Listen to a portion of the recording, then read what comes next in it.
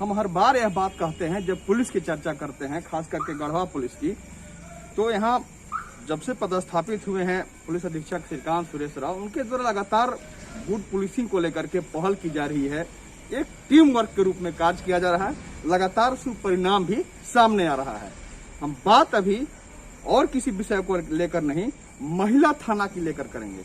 आपको बताएं कि हम खबरनवीस हैं उसके हैसियत से, और आपको भी जब वास्ता पड़ता होगा इस महिला थाना से, दिन में तो आपको यहाँ पर लोगों से मुलाकात हो जाती होगी, लेकिन जब रात का समय होता था, जहाँ जब महिलाएं पीड़ित होती थी वह थाना में आती थी, तो उन्हें यहाँ पर किसी से मुलाकात नहीं हो पाता था। ऐसा भी एक बार वक्त था, क्योंकि रात के समय में महिला थाना बंद हो जाया करता था, यहाँ किसी से मुलाकात नहीं होती थी। लेकिन पुलिस अधीक्षक द्वारा पहल किया गया, यहाँ पर सीमा कुमारी को महिला थाना प्रभारी के रूप में पदस्थापित किया गया।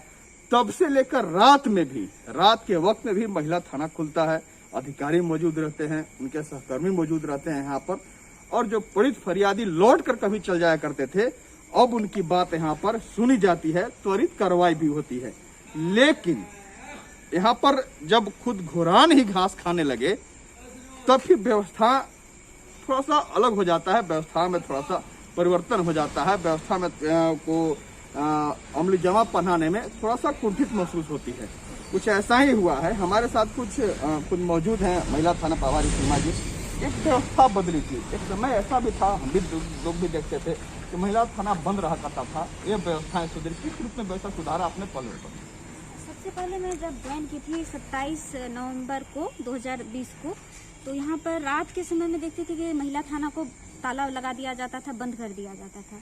क्योंकि देखिए दिन में तो बहुत लोग हैं आसपास में, महिला के साथ अगर कुछ होता है तो वो दिन में वहाँ मौजूद रहेंगे, 10 लोग भी देखेंगे।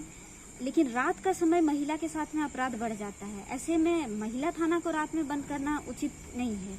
इसके बाद मैंने पहल किया और रात को भी महिला थाना खुला रखी हूँ मैं, और रात में भी एक यहाँ पर पहरे में रहती हैं महिला, जो भी महिला कांस्टेबल हैं उनको रात में यहाँ रहती हैं, कि ताकि जो भी महिला आए, अगर वो पीड़ित हैं या फिर कुछ फरियाद लेकर के आई हैं, या उन्हें कहीं आने जाने में डर लग रहा है, रात में कहीं रहने का जगह नहीं मिल रहा है, तो महिला थाना में आकर के सुरक्षित रहें। एक व्यवस्थाएं बदली निश्चित रूप से सराहना के पात्र हैं। आपके पुलिस अधीक्षक भी, आप भी, यह पहल होगी निश्चित रूप से।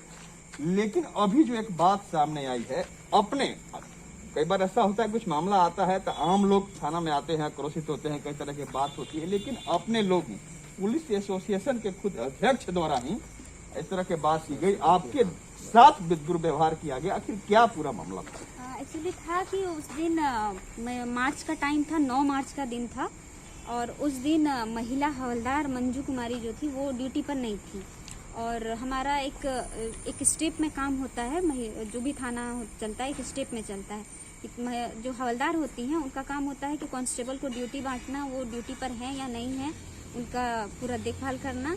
तो वो ड्यूटी पर उपस्थित नहीं थी। जब हम उनको फ़ोन किए तो बोली कि हम इंजेक्शन लेने के लिए आ गए हैं थाना से। तो फिर हमसे वो बिना पूछे, बिना किसी को बताए, बिना किसी को ड्यूटी पर लगाए वो चली गई थी। इसके बाद मैं उसको स्पष्टीकरण दी कि आप क्यों ऐसा किए। तो फिर शाम के टाइम में, वो दिन भर फिर थाने नहीं आए, शाम के टाइम में मुझे 8:48 पर एक कॉल आया। वो रवि कुशवाहा करके एक आदमी हमको कॉल किया और बोला कि मैडम, हम रवि कुशवाहा बोल रहे हैं, पुलिस मेंस एसोसिएशन के अध्यक्ष हैं, और मंजू कुमारी जो है वो मेरी बहन है, आप उनको स्पष्टीकरण क्यों दिए हैं, आप उनसे आप स्पष्टीकरण वापस ले लीजिए। मैं बोली कि नहीं, मैं लिखित में दी हूँ स्पष्टीकरण, मुझे लिखित में जवाब चाहिए। उसके बाद दूसरे दिन फिर वो मेरे थाने आए और मुझे तरह तरह का धमकी भी दिए कि आप स्पष्टीकरण वापस ले लीजिए, और बेतरतीब तरीके से बैठे, मेरे चैम्बर में बैठे और मुझे धमकी दिए।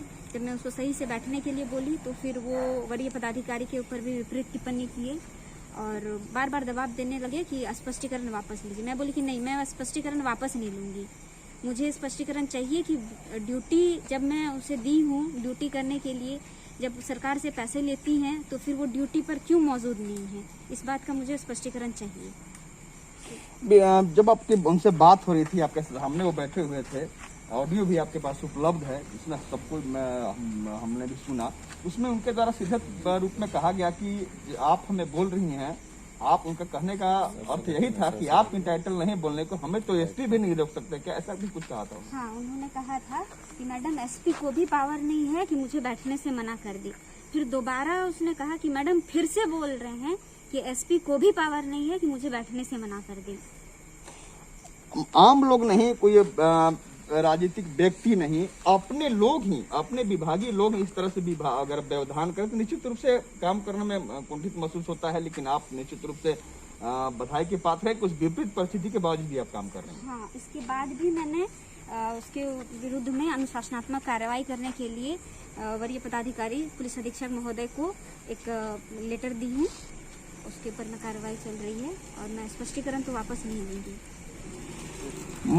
कितनी मशक्कत के बाद हमने इस व्यवस्था को बहाल किया है। जो व्यवस्था यहाँ पर पूरी तरह से बंद था, लोग यहाँ पर आते थे, लौट जाया करते, जैसा हमने पहले आपको बताया कि यह वही महिला थाना है जहाँ पर लोग आते थे, उन्हें लौट जाना पड़ता था क्योंकि यह थाना बंद रहा करता था। लेकिन आज महिला थाना प्रभारी सीमा जी द्वारा पहल करके अपने खुद रात में मौजूद रहती हैं, इनके सहकर्मी मौजूद रहते हैं, सारे काम होते हैं, लोगों की फरियाद सुनी जाती है, त्वरित कार्रवाई होती है। लेकिन आपने यह भी सुना कि किस तरह मेंस एसोसिएशन के जो अध्यक्ष हैं रवि कुशवाहा, उनके द्वारा इनके साथ इसलिए मातृ व्यवहार किया गया कि इनके द्वारा अपने एक सहकर्मी से, एक पुलिसकर्मी जो जिनकी ड्यूटी थी वो बिना बताए हुए चले गए थे, उनसे स्पष्टीकरण मांग दिया गया। मात्र स्पष्टीकरण मांग दिए जाने कारण इनके साथ उनके द्वारा दुर्व्यवहार किया गया। तो आज सीमा जी द्वारा पुलिस अधीक्षक को सारी बात बता दी गई है लिखित रूप में। अब ये चाहती हैं इस मामले पर पहल करते हुए पुलिस अधीक्षक इस मामले को गंभीरता से लें और निश्चित रूप से त्वरित कार्रवाई करें, ताकि जो इनका संबल मजबूत हुआ है काम करने का यहाँ पर, उसमें कहीं से भी व्यवधान न आवे। कैमरा मनीष एवं सहयोगी सोनू के साथ आशुतोष रंजन, बिंदास न्यूज, गढ़वा।